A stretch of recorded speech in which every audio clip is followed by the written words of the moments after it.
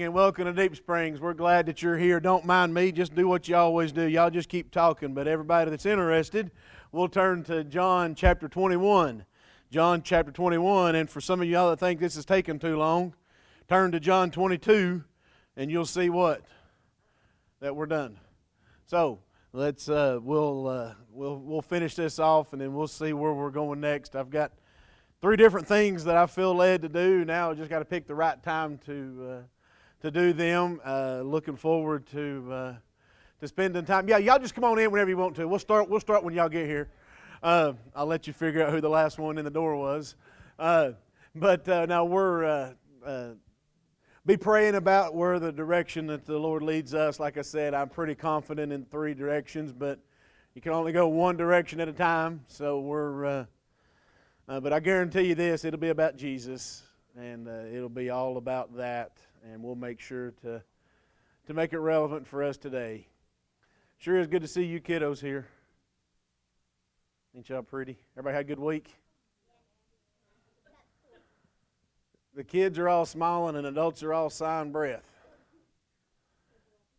The good news is you're over halfway through. And you got 2 more weeks till fall break, so you can make it. So I'm happy. All right, let's getting carried away. Let's open up in a word of prayer. Good evening, God. Thank you. Thank you for laughter. Thank you for the fun moments in life, and we thank you for the serious moments as well. And most importantly, we want to thank you for the time that you've carried us through the good times and the bad times. So many times we want to praise you in the good times, and we forget to praise you in the bad times, because it's the bad times that make us stronger and make us rely on you. And it's the bad times that you're there to carry us through. And one thing that I've noticed in my life is better when I trust you in the bad times. And my life is better when I trust you in the good times. So help keep me grounded. And just let me trust in you and make it easier on me if you just walk for me. Just show me where to go. We ask now that you bless the kids as they go downstairs, and bless us adults as we stay upstairs. Most importantly, Father, I say this often and you always respond. Let it be a pleasure to be in your house tonight. In Jesus' name that we pray. Amen.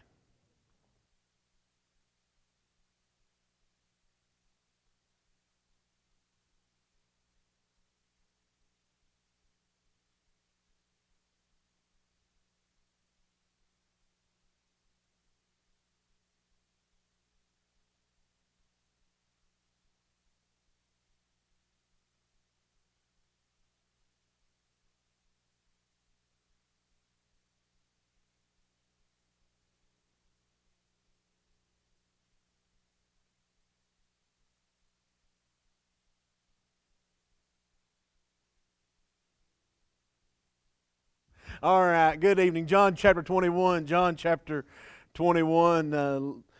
Let's just get right into it. After these things, Jesus showed himself again to the disciples at the Sea of Tiberias, and on the wise showed he himself. So here they are. The men are at the Sea of Galilee. They're just kind of hanging out, and life is going along, and they're still in a little bit of distraught dealing with Jesus. Jesus has been resurrected. This is probably getting close to Tuesday morning. After the resurrection, he had met him in the upper room that night, and this is getting, like I said, Tuesday morning, and so they're still a little bit confused. They know what had happened, but their leader has gone. You know, for the last 3 years or so, they were with Jesus, and Jesus kind of told them what to do and how to do it, and I shouldn't say told them, showed them what to do and how to do it, and so they knew what to do, but still, when your leader's missing, there's a little bit of confusion. One thing that we can take away from this lesson is when there is a time of confusion, do what you know to do. Do what you're called to do. Simon Peter and the rest of the gang, Nathaniel and the sons of Zebedee, they were there, and Simon said, let's go fishing. And John said, all right, I will go with you. So they go out fishing.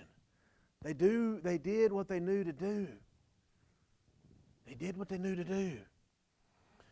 But I don't think there's anything wrong with doing what you know to do. But I love the twist that the story takes. Now, when did Jesus walk up? Was Jesus standing over to the side watching them? Or was Jesus just happened to be up by the sea? Or was this one of those moments where Jesus was nowhere around and he appeared to them? I almost said miraculously. That's a terrible word because it's not miraculously. It's a God thing. And remember the upper room, the door was locked. The men were afraid. And Jesus came in. So he has got his new body, if you will, and he's able to put himself where he needs to be. And that's the Jesus, of course, the Jesus we have today is sitting at the right hand of the Father. We've got the Holy Spirit that can be there with us to mingle. So I don't know where Jesus was, and it really doesn't matter. Jesus was there, or Jesus wasn't there. They go fishing. Everything was good. Verse 4, Jesus is standing on the shore, and he hollers to them. But the disciples didn't recognize him. Well, at this point, he hasn't hollered to them yet. He hasn't hollered to them yet. But the disciples don't recognize him. Remember, as we talked, when Jesus come up out of the tomb, and Mary didn't recognize him either? Is this a glimpse of the new heavenly body? Is this the glimpse that when we leave this earth, we get the new body? Because I believe that Mary and the 12 disciples would have known Jesus had they seen him. But they didn't know him. They didn't recognize him. Or could it have been that they just didn't expect him to be there? Stephanie and I run into a lady the other day at the store. And Stephanie actually walked past the lady and we went a few extra feet and she said, I think that was so-and-so. Well, Stephanie did not expect a lady from Middlesboro, Kentucky to be at Sam's in Knoxville. So she did not recognize the lady, and then she walked past and she did. Now, I don't think it was that. I think that it was that Jesus had the new body. Either way, they didn't recognize his physical body.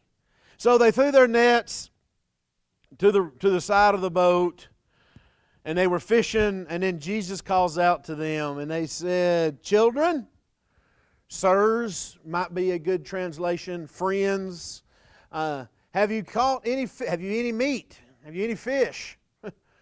No. Here they go again. Remember, they're like, why is this guy telling us how to fish? We know what we're doing. Do they really? This is twice now they've not caught any fish with Jesus in their presence. He said, throw your net to the other side of the boat and you'll find some. When they did, they were unable to haul the net in because of the large number of fish. That's a good story, but it doesn't end there. Then the disciple whom Jesus loved said unto Peter, it is the Lord. Now when Simon Peter heard that it was the Lord, he girt up his clothes, for he was naked, and he did cast himself into the sea. Let's pause right there and reflect just a few days ago. What happened to Peter? The fire got a little hot for Peter, didn't he? Remember, the fire got a little hot that night. And he denied Jesus. But just like at the tomb, what did Peter do? He went inside the tomb. He put himself in. Now, we'll forget the part that Peter had no clothes on. And then we will look at the part where Peter put his clothes on. And then what did he do? Here he goes again, putting him whole self in. And I don't think, Linda, that he grabbed the side of the boat and he stuck his toes in and he slowly lowered himself into the water and he began to swim away. I don't think that's what he did. Now, my 43-year-old knees ain't going to allow me, but I think he did this. I think he put his whole self in. Folks, what if we did that? What if we did that? What if we just quit with all the tiptoeing around and we put ourselves back in? Did you notice my prayer? And have you prayed that prayer before? And ashamedly, I don't pray that prayer enough. You know, when life is good, we tend not to rely on the Holy Spirit and God and Jesus, and because everything is good. We don't need any help. But is it really? Boy, when things get bad, though, we want to make sure that God knows who we are. Hey, I'm your child. Remember? I forgot. April 2nd, 1989. Remember? 9-year-old boy, so that'd probably be around 1970. Remember me? That's Tommy's date. I don't know. Judy's date had single digits. So, but you remember when you get in the bad times, you want to holler out and you want to acknowledge Him. What if we just relied on Him all the time? What if in the good times we flung ourselves into the tomb? What in the good times if we flung ourselves out in the middle of the water? Now, I would have to imagine that Peter was probably a pretty good swimmer, but I would also imagine 5 or 6 guys in a boat is probably going to paddle faster than he can swim. Okay? So for him to do that would be a waste of time. Or was it? Or was it? Maybe to you and I, we see it as a waste of time. But Peter saw it as a necessity. Peter threw himself in. The other disciples, in verse number 8, the other disciples came in a little ship, for they were not far from land. But there were about 200 cubits dragging the net with the fish. So they're about 100 yards away. They're headed to the boat and they're bringing the boat in. And as soon as they came to land, they saw a fire of coals there and the fish laid therein and bread. Talk about a heavenly meal. Talk about a heavenly meal. Jesus prepared a meal for the disciples. Now, let's go back to verse number 5. Verse number 5. Why would he ask them if they had any fish if he already had fish for them? Why would they say, you got any fish? You got any meat? Whatever your translation may say. If he already had a feast for them. You see, I think he knew that they did not recognize his physical body. But what did John recognize? What did Peter recognize? I'm so glad you're back. They don't answer, you always do. His voice. They recognized his voice. What about you in life? When Jesus hollers for you, do you know his voice? Are you in that kind of communication with the Holy Spirit that you know the voice of Jesus? Do you know where to go and what to do? Are you able to decipher? Some of you all have a great spirit of discernment. Me, I'm a sucker. I think everybody's good till you prove me wrong. Some of you all, and it's biblical, okay? It's a spirit of discernment. Some of you all can just look at somebody and say, nope, show them to the interstate, preacher. Nope, nope. But I'm thankful that y'all don't allow me to show them to the interstate. Y'all allow me to love on them, and then we as a church can cumulatively decide, no, we'll tell them where the interstate is, you love on them. So that's y'all. I'll explain that later if I need to. But so, do you know the voice? Do you know? So Simon Peter climbed back in the boat and dragged the nets ashore, and there was about 153 fish. But even so, there was so many that the net was not torn. Verse number 12, Jesus says, come and dine. Come and have breakfast. Come and eat with me. None of the disciples dared to ask him who you are, knowing that it was the Lord. Again, knowing that it was Jesus. Knowing that it was the Lord. I'm so thankful here that the translation uses the word the Lord. And in mine, it's capitalized. I hope it's capitalized in yours, because there is only one, the Lord, and that is Jesus Christ Himself, the Son of God, who came to pay the price for our sins. And He sat down, and He had a feast. I no doubt it was a feast. Had a meal, let's get proper today. And Jesus took bread, He gave it to them, and He gave them some fish. This was the third time that Jesus appeared to the disciples when He had raised from the dead. At the tomb, the upper room, and now at the breakfast table. There's a key figure here in verse number 15. There's a key figure here in this whole story. And in verse number 15, we figure out why Jesus is at the shore. Now, He was obviously at the shore, to see the rest of the disciples. But I think this personal visit was one for Simon Peter. Now, I wasn't there that day, so you'll have to let me inject a little bit of my story into this. Being that John overheard it, tells me that Jesus called Peter over to the side. I think the men were eating and having a good time. And as Jesus had done so many times, He kind of told Peter, He says, "Come here for a second, Peter." Or maybe Peter had got up and excused himself from around the fire and distanced himself for a little bit, and Jesus walked over to him. Either way, I'm a firm believer, and I will stand on this, that it was a private conversation between Jesus and Peter only. Hence, Matthew chapter 18.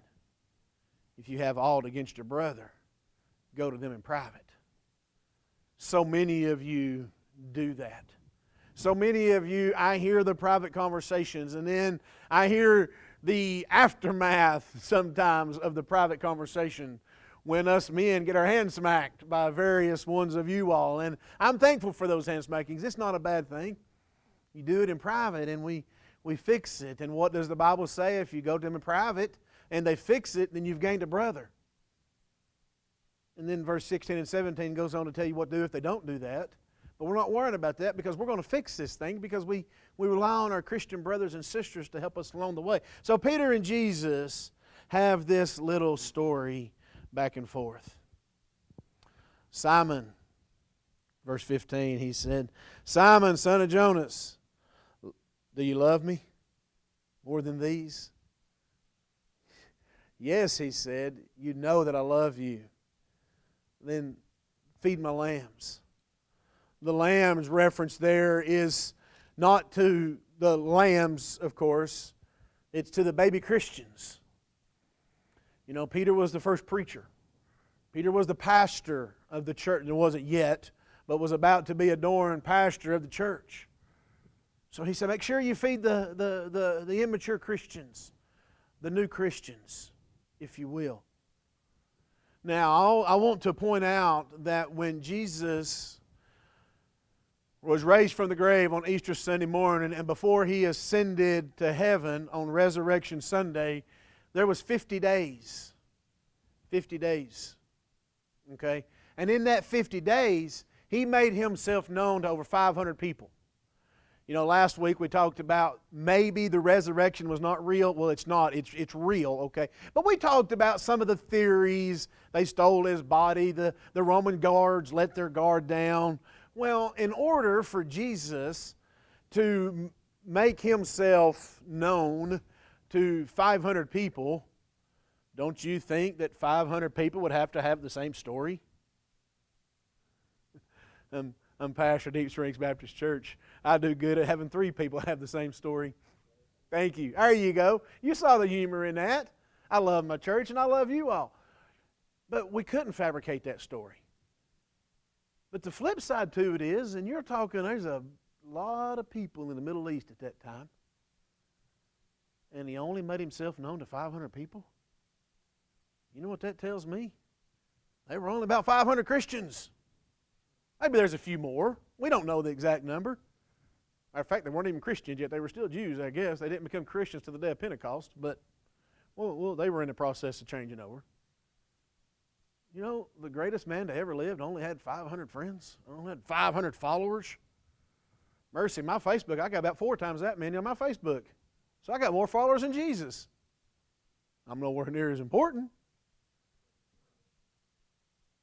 But he didn't have a lot of friends. So for him to tell Peter to feed my lambs, Peter had his work cut out for him. Peter had his work cut out for him. And then he said, Simon, son of Jonah, do you love me? And he answered, yes, Lord. You know that I love you. Then he uses a different word. Our translation says, feed my sheep. But the translation there is, take care of my sheep. Take care of my sheep. Now he went from lambs to sheep. You know the difference between a lamb and a sheep? Baby lamb, mama sheep. Okay? Baby, mama. The adult. The mature Christians, if you will. Then take care of them. Help them out along the way. Then the third time he said to him, Simon, son of Jonah, do you love me? Like Jesus probably didn't care. I guess he did care. Jesus cares about everything. John says that Peter grieved. Some translations use the word Peter got his feelings hurt. Oh no. Peter was hurt because for a third time Jesus asked him, do you love me? Now, there's a bad side to Peter, and I think it came out right now. Peter said, Lord, you know all things. You know that I love you. Quit asking me that. I'd say Peter's temper probably came out that just for a brief second. I'm not saying it was a bad thing. He said, you know that I love you. Jesus didn't respond to that. He just simply says, then feed my sheep. Feed my sheep. Then he said in verse 18, verily I say unto thee, when thou wast young, thou girdest thyself, and thou walked wherever thou wantest. And when thou wast old, thou stretched out thy hand, and thou shalt gird thee, and carry thee wherever thou knowest. And he spake, signifying by what death he would glorify God. And when he had spoken these things, he said unto him, follow me. Peter, I'm going to tell you to feed my lambs. I'm going to tell you to take care of my sheep. I'm going to tell you to feed my sheep. And you're going to do this, Peter, while following me. While following me. Hold your hand out, Peter. Let me grab it. And I'll nudge you in the direction that I want you to go. You just need to follow me. How many of you all had the babies and you're holding their hand and you're walking down the road or walking down and your steps are a little bit longer than theirs? So they tend to lag just a little bit behind. They tend to lag, and don't we miss those days? All of our kids are grown. Don't we miss those days? Yeah, Dan's like, oh yeah, I'll hold my 40-year-old son's hand if he'd rub me right now. But they're just a little bit behind, but I think that's where we need to be with Jesus. Holding his hand and a step or two behind. But in step, in stride, following and allowing him to lead us. It was a message that we looked at Sunday. Be still and move. The Israelites finally, after 450 years this time and many numerous times before, finally, they were out of captivity. Finally, they had all they could take. Jesus, the God, finally let them go. And all they had to do the whole time was just hold on to His hand. Just hold on to His hand and follow Him. Follow me is all Jesus is saying. This Sunday we'll start a new church year at Deep Springs. It'll start a new opportunity for some of us to take new positions. As a matter of fact, there's quite a bit of people on new positions. So, by the way, the adults still need to vote a Sunday school teacher in, so come prepared Sunday to... They done voted you in? Oh, you don't want them to vote you in. Just kidding.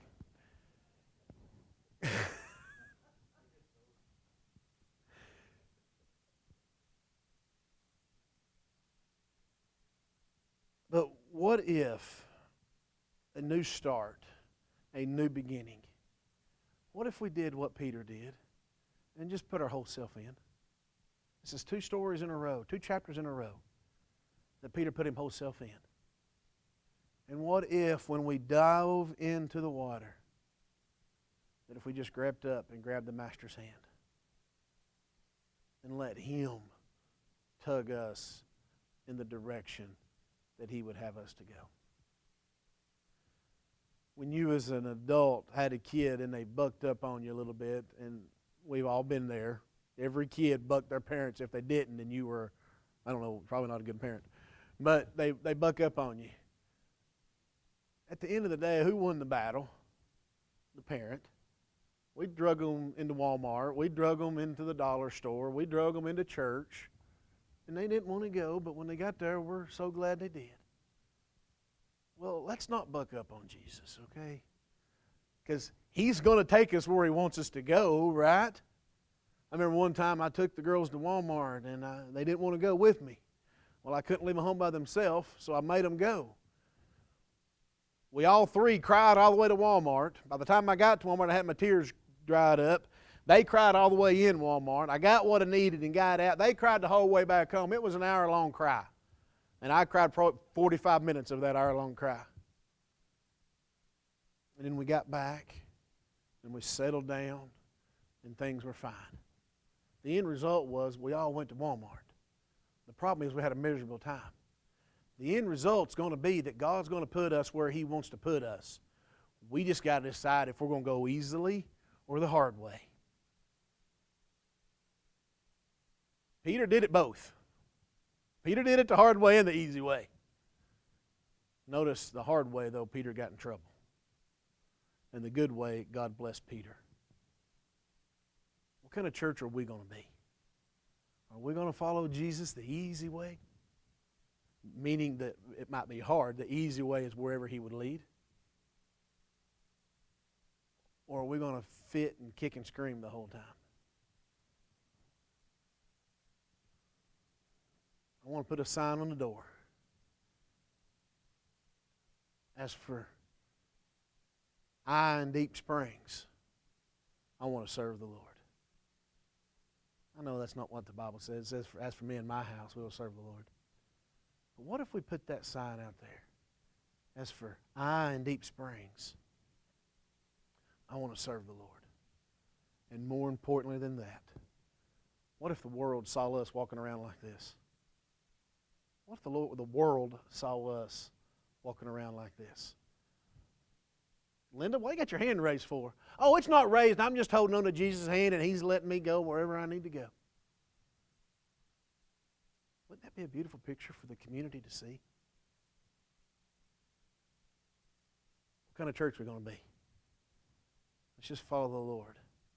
He's got us to this point. He's going to carry us on through. No more time in the desert. Let's go to Canaan, church. You want to? Let's go to the promised land. Thank you for being here. Thank you for allowing me to be your pastor. Most importantly, church, let's serve on. And I want to change it up just a little bit. Let's serve on, and let's serve on together. Thank you.